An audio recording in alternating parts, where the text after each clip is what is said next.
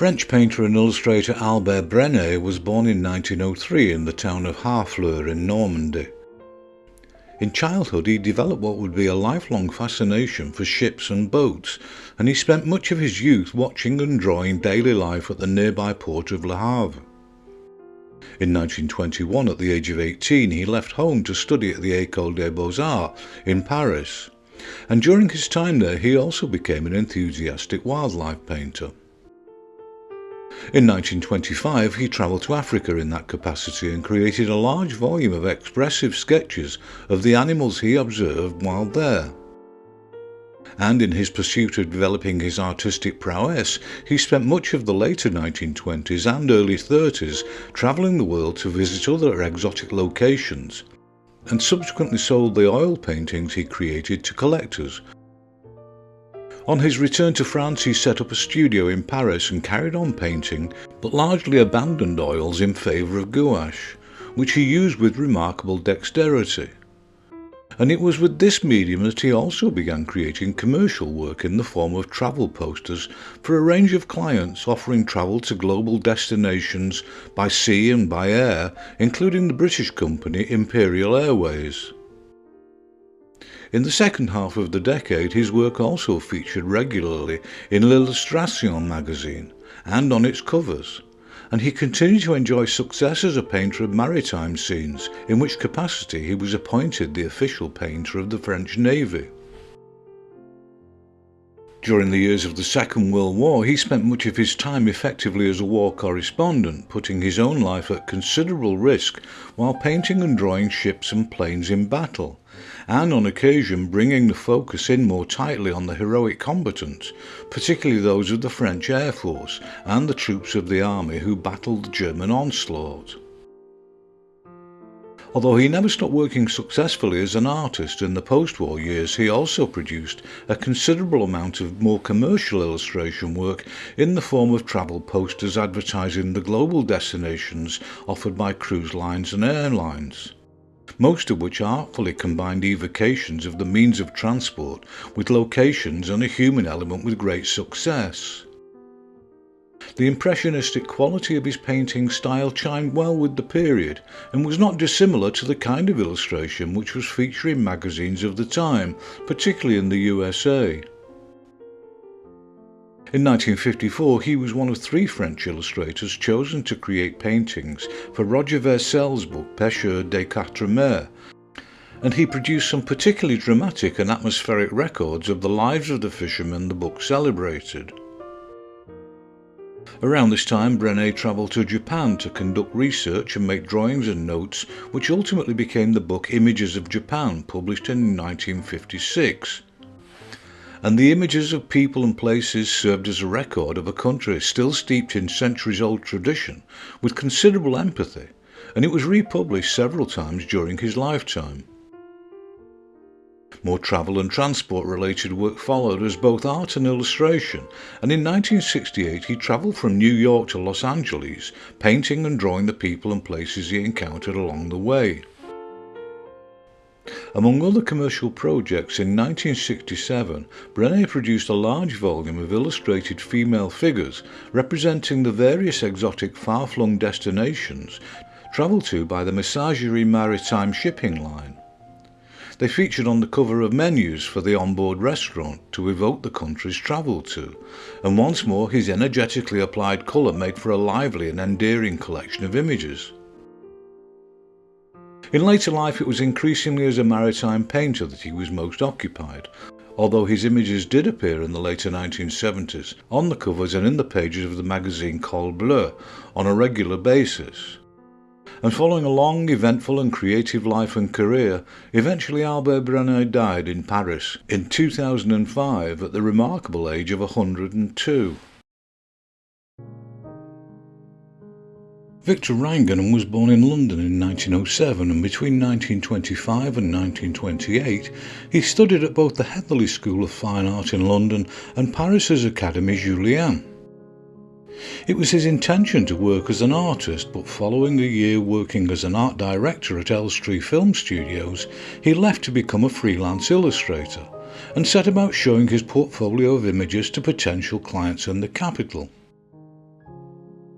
His earliest commission seems to have been a collaborative effort with 3 others producing humorous line drawings for the book More Biography, a collection of comic verses about famous figures from history written by E. Clery Hugh Bentley.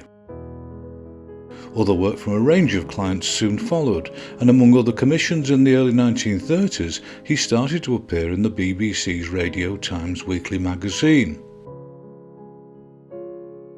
His angular graphic style was well suited to magazine and book cover designs, and in the middle of the decade he created a large volume of monochrome illustration for a promotional book for the Southern Railway Company. This powerful graphic work looked like it might have been produced as wood or lino cut, although it was in fact pen, brush and ink, which mimicked that technical process. Like so many others of his generation, Reinganum continued to work as an artist, and by this point began to enjoy some lesser success with paintings which revealed the influence of both surrealism and pure abstraction by turns. Some of these elements seen in his art could also be frequently observed in his commercial work, but he also showed himself to be capable of amusing cartoonery when the mood took him. With the outbreak of war, Reinganum registered as a conscientious objector, and he served with the rescue service during the London Blitz. Sadly, in 1942 his first wife died, and a year later he married again. With the war over, he illustrated the book What is Nuclear Energy by K. Mendelssohn, and made it a considerably more enjoyable experience than the fact-driven text would otherwise have been, with a collection of witty comedic line drawings throughout. In the post-war years he expanded his client base considerably with more magazines, an increasing amount of work for press advertisements, and even produced this hybrid film poster using both drawn and photographic elements. Although the bulk of his output was still created and reproduced in monochrome, he also got to work in colour with book covers for works of fact and fiction, and also created this impressive composition to accompany a humorous rhyme about St. George for an unknown publication. In the mid-1950s, Reinganum appeared frequently on the covers of the Radio Times, which at that time was considered a most prestigious platform for the work of illustrators. Even if typical of the BBC, the commission wasn't particularly well paid. But he was also producing a lot of semi-abstract fragmented book cover designs towards the end of the decade, and he proved to be a particularly good fit for the novels of Muriel Spark. His hybrid creative collision of illustration and graphic design and his more surreal flights of imagination were well suited to the graphic mood of the period in Britain, and he continued to create book and magazine work in roughly equal measure into the 1960s. From 1962 to 1966, he taught part-time at Croydon College of Art, while continuing to paint and produce more commercial illustration. In 1965 he illustrated Ovid's Roman classic The Art of Love, with some sharp, almost abstract images reproduced in flat solid brown on cream paper stock. He even designed a couple of record album covers at this time, which successfully combined design with illustrated elements. But I found no more commercial work dated any later than this typically fragmented illustrative design for the cover of the Radio Times in 1968. But he continued to paint and make art prints up to his death at the age of 87 in Tunbridge Wells in 1995.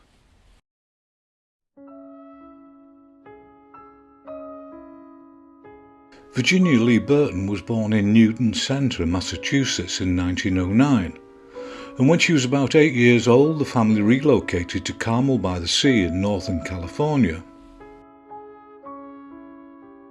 Her parents divorced in 1925, but a year or so later Burton was awarded a state scholarship to the California School of Fine Arts in San Francisco. But in 1928, after only a year there, she moved to Boston, Massachusetts, where she found work as a staff artist with the Boston Evening Transcript, for which I could find no evidence whatsoever. In 1931 she married the artist George Demetrios, and they set up home in Folly Cove, Gloucester, and subsequently produced 2 children. In the early 1930s, Burton wrote and illustrated her first children's book, Johnny for Lint, but nobody would publish it. So she tried again, and in 1937 she succeeded with her second attempt, Choo Choo, the tale of a runaway train. It was monochrome only, and her illustrations were created in heavily textured graphite, a technique she would return to frequently in her later career. And although the train could talk like a human, she resisted any attempt to anthropomorphise it. The same year saw the publication of Sad-Faced Boy, written by Arne Bontemps, a rare example from the time of a book featuring all black characters. Both these books achieved decent levels of success and effectively launched her career, with the momentum needed to follow with more books along similar lines. In 1939, Burton published another of her own stories, Mike Mulligan and His Steam Shovel, which, although having an ostensibly human protagonist, the real star of the show was the steam shovel Mary Ann, who had eyes at least, but was again otherwise purely mechanical. This book was printed in full colour, but still featured her grainy graphic approach, now with the addition of simple bright washes of watercolour. She was known for not only writing and illustration, but also the overall design of the book, and she was particularly fond of vignetting her images and arranging both in a range of compositions to keep her young readers entertained. Calico the Wonder Horse, or the Saga of Stewie Slinker, followed in 1941. But this story was told pictorially with clean, pure black and white styling, featuring some minimal stippling, and a more overtly comic book sensibility than her other projects. Burton herself claimed it was an attempt to get her own children away from comics and more towards the reading of books. Whether it succeeded in that mission isn't recorded, but the book was certainly a popular success with many others, and it was republished a couple of times in later years, with some amendments to the original illustrations. It was also in 1941 that Burton founded the textile collective Folly Cove Designers, based in Cape Ann, Massachusetts. And naturally enough, she designed some of the textiles produced by the group, in addition to her book illustration commitments.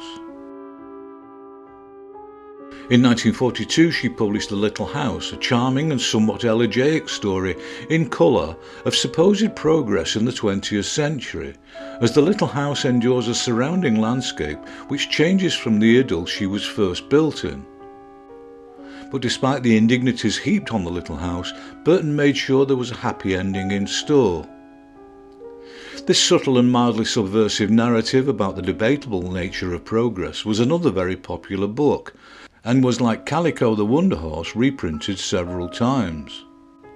The popularity of the book also led a decade later to a short Disney animation, styled entirely differently but attractively by Mary Blair. She was remarkably prolific at this time, and in the same year she also illustrated the dog-themed tale Fast Sooner Hound, written by Arne Bontemps and Jack Conroy.